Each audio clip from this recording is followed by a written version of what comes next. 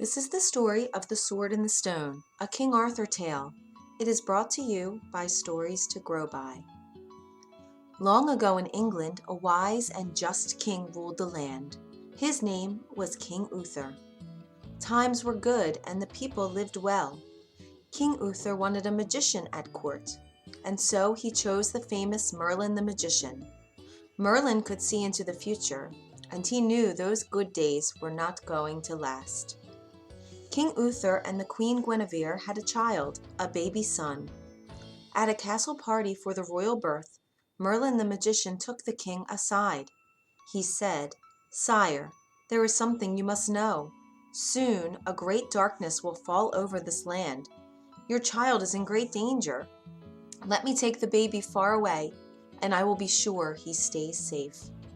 "Merlin," said the king in surprise, "you are a great magician, and you are my friend, but there is no way we would let anyone take our child away."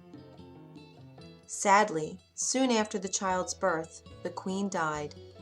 Not long after, King Uther was killed in battle. That very night, Merlin swept into the castle and took the child. The next morning, the royal nurse went into the nursery. Alas, an empty crib! In fear, the nurse, the nobles, and servants looked everywhere, but the baby was gone.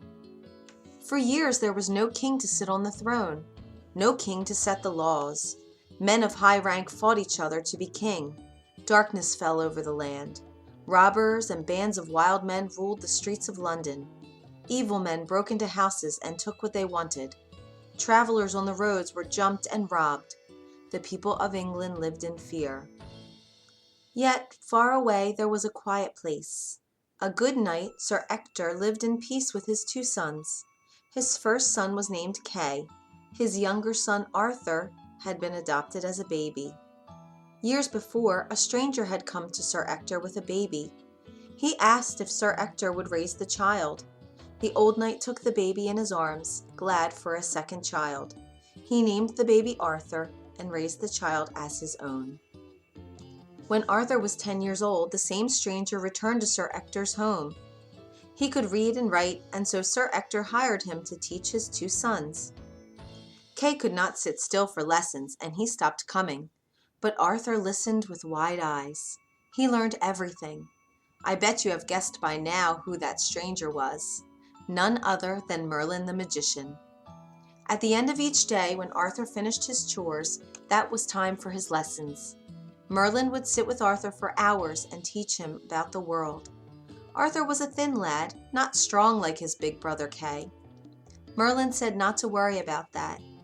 He said what mattered most was to have a heart that was big and strong. Merlin saw how the foxes and deer followed Arthur. He could see that the boy had a very big and strong heart. By the time Arthur was 16, his brother Kay had become a knight. He was now called Sir Kay. Arthur loved nothing more than to serve his brother as a squire. He kept great care of his brother's tunic and helmet, his spears and lances. One day at lesson time, Merlin looked away. He stood up. "What is it?" said Arthur. "The people need hope," said Merlin. "Arthur, there is something I must do. I must go now." That night, when the nighttime was at its most dark, Merlin the magician came to London's market square. He stood in the middle of the square. He held both his arms high and pointed his wand to the stars. The next morning at dawn, people started to arrive at the market. There, in front of them, was something most odd. A block of white marble stood in the middle of the town square.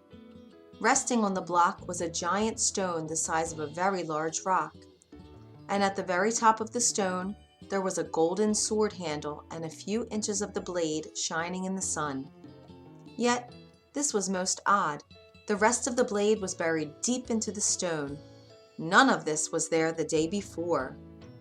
What's more, these words could be seen on top of the blade. "Whoever pulls out this sword from this stone is the true King of England." As soon as the crowd knew about the message, men jumped up to that white marble block. One after another, they gave the sword a yank. Each tried and tried, but the sword stuck fast. It would not move. one said in a gloom. "There is no man alive who could pull out that sword." "We'll see about that," said a voice in the crowd. The Duke of Cornwall, dressed in silks and ribbons, stepped up to the white marble block. Hear ye, he said. "I call for a tournament to be held 1 month from today. Knights from anywhere and everywhere in England are invited to come. There will be contests and prizes and a grand feast for all." The Duke said to his wife, the Duchess, "If I know men, this tournament will draw the strongest, finest knights in all of England." Said the Duchess, "Good idea, my dear. All we need is one knight who is so strong that he can pull that sword from the stone. Then we will have a king again at last."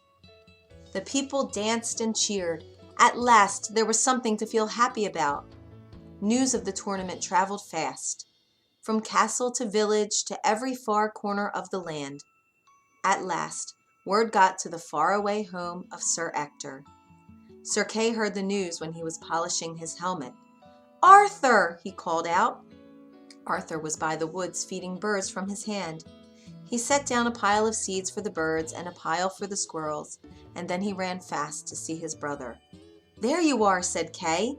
"There will be a tournament in London. We must set out at once."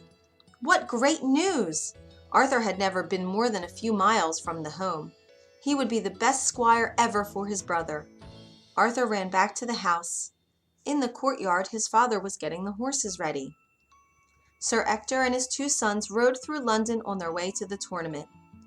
Riding through the market square, something shiny glinted in the sun. "That sword looks like it goes right into that stone," said Arthur. "But how can that be? That's impossible." But why were guards standing all around it? The father and his 2 sons reached the tournament. Sir Kay ran off to get in line to register. Sir Ector greeted many old friends, dukes, earls, barons, counts, and countesses. Arthur sat in their tent polishing his brother's helmet until it shone bright. Then a bugle sounded. The tournament was about to begin. "Get my sword," demanded Kay. "Right away," said Arthur. But where was it? Arthur looked around in panic. Kay's spear, his battle axe, and dagger were right where they should be, but no sword. "Kay," he said, "how about a battle axe?"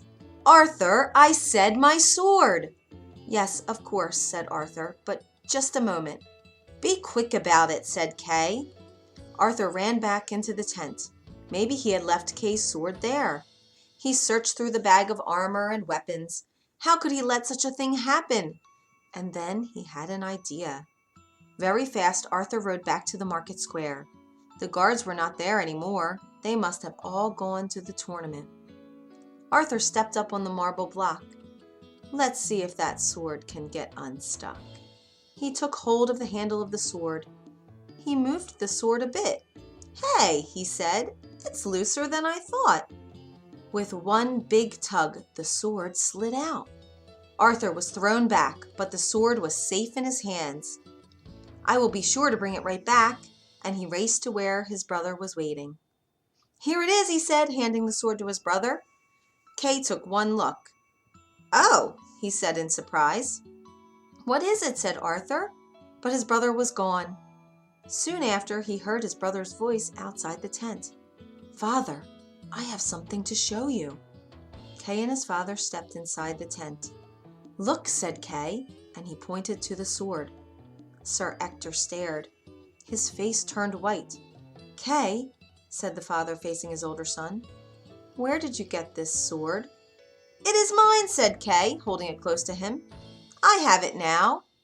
"Kay," said the father again in a stern voice, "I will ask you one more time.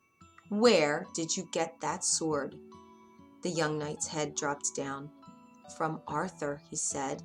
"He lost my sword. Somehow, he got this one." "Arthur?" The father turned to his younger son. "How is it that you came by this sword?" "I'm sorry," said Arthur. "Father, I will put it back right away. I only meant to borrow it when I pulled it from the stone." "You must take us to where you found this sword, at once." And the 3 of them rushed over to the market square. Arthur climbed up onto the marble block. "It came from here," he said. He lifted the sword over his head. Then he dropped the blade back into the stone. "Now it's back." "Hey," said Sir Kay, "I still need a sword." He jumped up onto the marble block. Grabbing the hilt of the sword, he pulled and pulled, but it did not move. Kay shouted to Arthur, "What did you do to it?" "Nothing," said the lad. "You must have done something," yelled Sir Kay. "Hush, both of you," said the father. "It is better if no one sees or hears us." But it was too late. A crowd had already started to form. "Hey, did you pull that sword out of the stone?" called one. "Yes," said Arthur, "I did." "Do it again," called another from the crowd. "Yes, let's see it." Arthur put his hands around the golden handle. With one tug, the blade slid out. "Who are you?" called another voice. "What's your name?" "Arthur," said the lad. "Wait a minute. Put that sword back." A tall knight pushed forward from the crowd. "Anyone can pull it out once it's been pulled." "Go ahead. Put it back, son," said a voice. It was the Duke of Cornwall, the one who had called for the tournament. "All right," said Arthur. He slipped the blade back into the stone with ease. "Let me at that now," said the tall knight. He jumped up and grabbed the handle of the sword. But pull and tug as he might, the sword would not move, not even a bit. Another knight tried, then another, but no one could move the sword. Some waited, thinking the longer they pulled the sword, the looser it would get.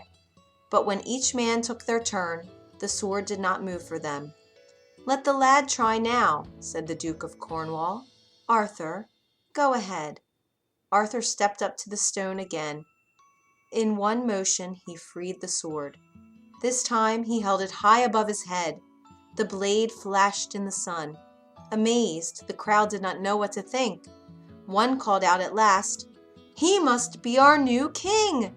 "We have a king," called another, "at last." "Stop," shouted the tall knight. "Do you really think this skinny boy should rule over all of us?" "Yes," said a voice. All eyes turned around. It was Merlin the magician. "I know this boy. I know his heart. There is no one in England who has a heart that is bigger and stronger than his. The sword has told us that this young man is to be the next king of England.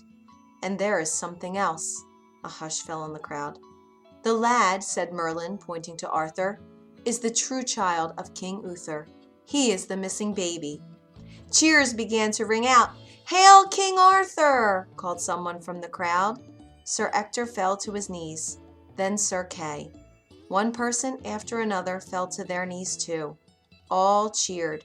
At last a king had been chosen, a fresh young king, and a new day for England. If you enjoyed this tale, you can find more at storiestogrowby.org.